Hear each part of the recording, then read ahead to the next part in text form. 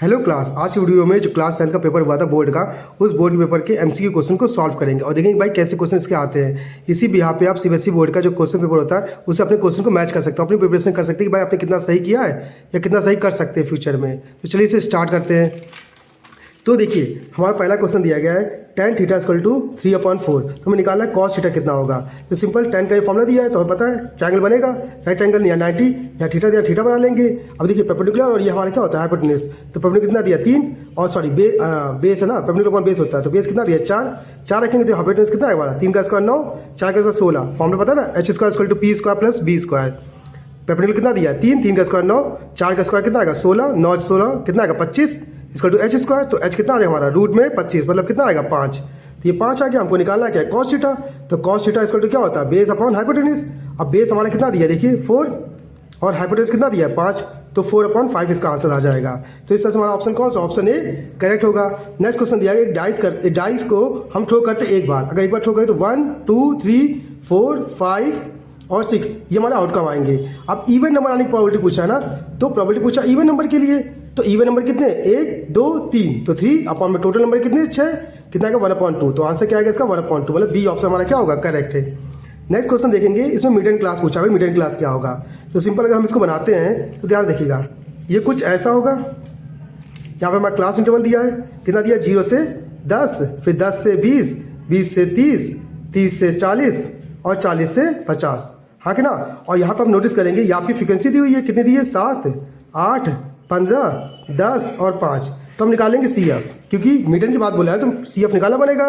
तो 7 का 7 8 7 15 आ जाएगा आपका, 15 15 कितना आएगा 30 आएगा, 30 10 कितना आएगा 40 और 40 5 45।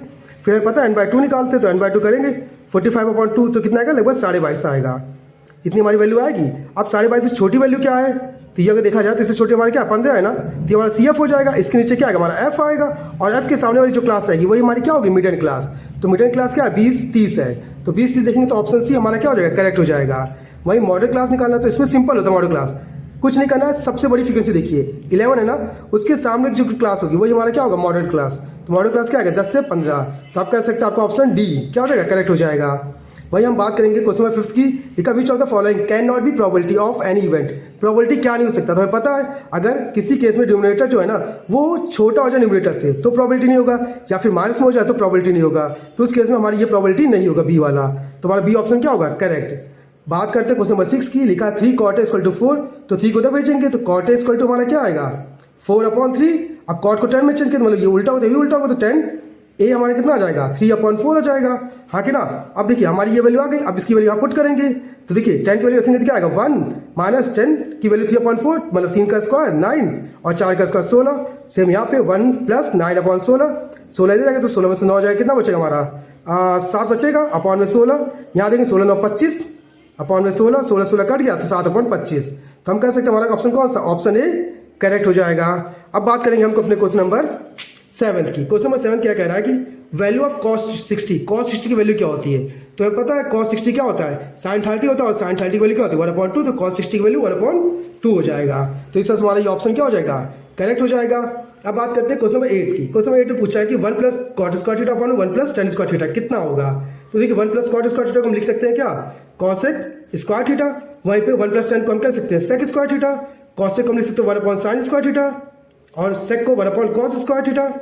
अब देखिए cos ऊपर जाएगा ये से मल्टीप्लाई तो cos अपॉन sin जो कि आपका होता है क्या cot, तो हम कह सकते हैं हमारा ऑप्शन कौन सा ऑप्शन डी करेक्ट होगा। अब बात करें क्वेश्चन नंबर 9 की। इसने हमें एलसीएम दिया इन दो नंबर का इतना, एचसीएफ पूछा है तो हमें पता है first number multiply second number equal to LCM multiply HCF. अब देखिए फर्स्ट नंबर कितना दिया 35, सेकंड नंबर हमारा क्या दिया 63 इक्वल टू एलसीएम हमको दिया हुआ 315, हमको निकालना क्या एचसीएफ। अभी मल्टीप्लाई में देखो तो डिवाइड में तो 35 मल्टीप्लाई 63 अपॉन में कितना 315 इक्वल टू एच ये आ जाएगा। अब इसको काटना शुरू करते हैं, हम 5 से काटे देखिए 5 से 35, 5 से काटे तो 5 से आपका काटेंगे तब कितना आएगा 5 से 13 और 5 से 15, 63 से 63 कट गया तो एचसीएफ आपका कितना आ गया 7। तो आपका ऑप्शन देखने को मिल रहा है बी करेक्ट हो जाएगा। अब बात पूछा एलसीएम 12 15 21 की, तो 12 को हम लिख सकते हैं क्या फैक्टर में 3 मल्टीप्लाई 4 या 2 इंटू 2 3 2 6 6 2 12 और मल्टीप्लाई 1। वही 15 को लिखना निकालना चाहे तो 15 का क्या आएगा 3 मल्टीप्लाई 5, वही 21 को निकालेंगे तो क्या आएगा 3 मल्टीप्लाई 7।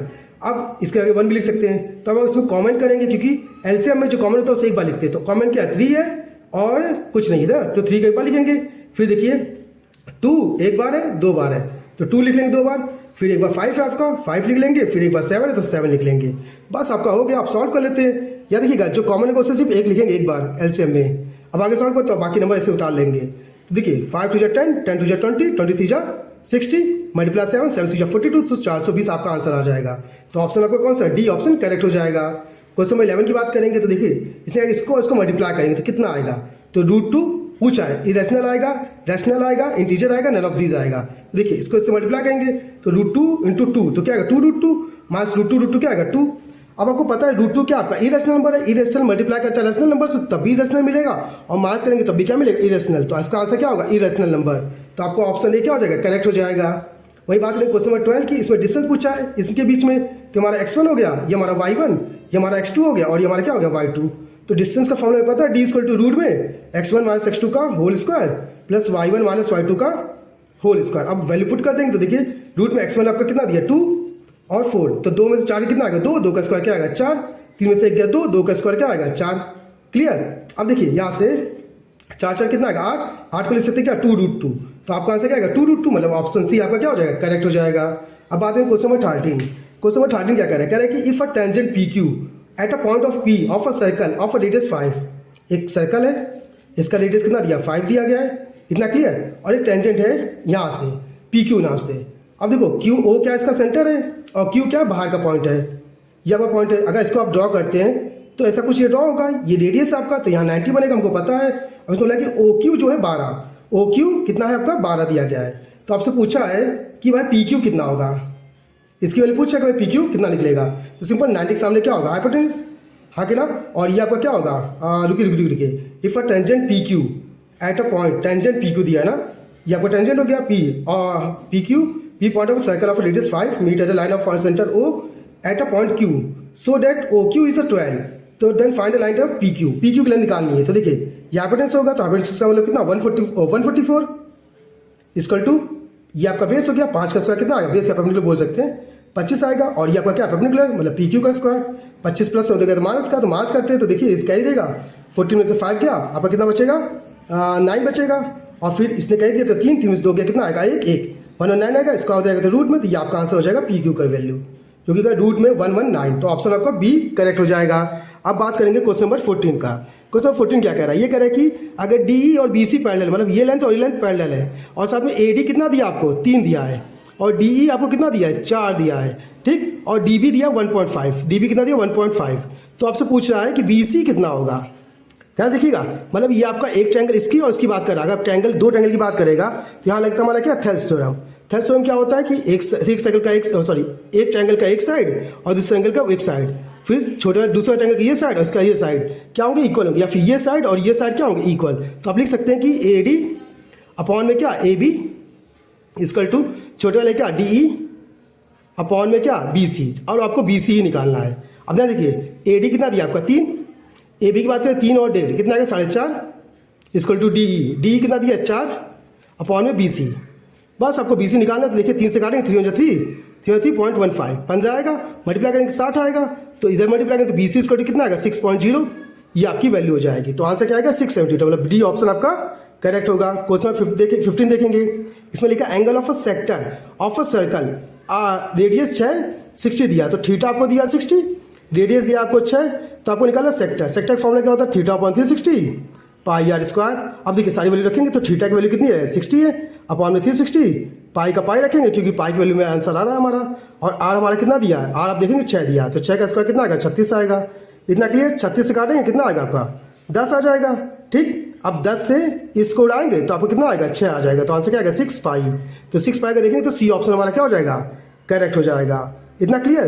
अब बात करेंगे क्वेश्चन नंबर 16 की। इसमें क्या कह रहा है, a solid made by A joining corresponding faces of 2 cube, 2 cube को जोड़ा गया है जिनकी साइड कितनी 10, तो एक क्यूब आपका ये बना हुआ है, समझिएगा ये क्यूब आपको बना हुआ है, इस क्यूब से एक और क्यूब को जोड़ दिया गया है, तो कुछ ऐसा जोड़ दिया गया है, ठीक। अब देखिए इसकी साइड कितनी दी है 10, ये भी 10 है, ये भी 10 है और ये भी 10 है, तो आप कह सकते हैं कि आपका जो लेंथ दी है वो कितना हो गया टोटल 20 हो गया, और आपका बेस कितना दिया है 10 दिया, और हाइट भी आपकी कितनी दी है 10, तो आप बोल सकते हैं कि आपका जो लेंथ है वो कितना है 20, ठीक ना। और बेस आपका कितना है 10 और हाइट भी कितना है 10।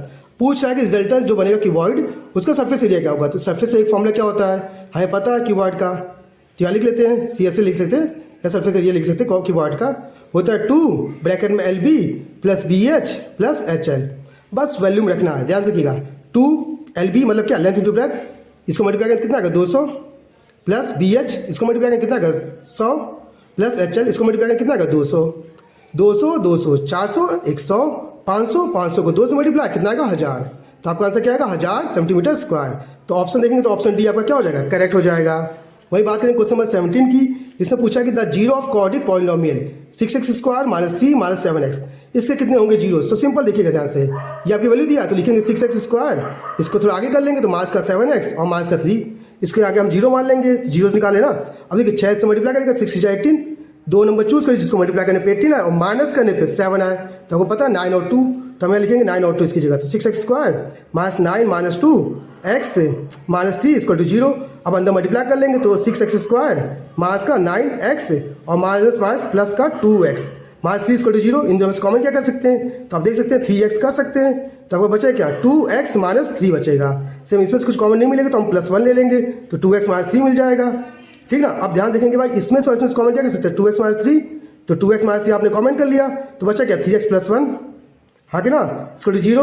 अब यहाँ से क्या करें 20 से काट लेंगे, देखिए इसके साथ इसको 0 और इसके बाद इसके साथ 0, तो 2x माइनस 3 इसको 0 आ जाएगा।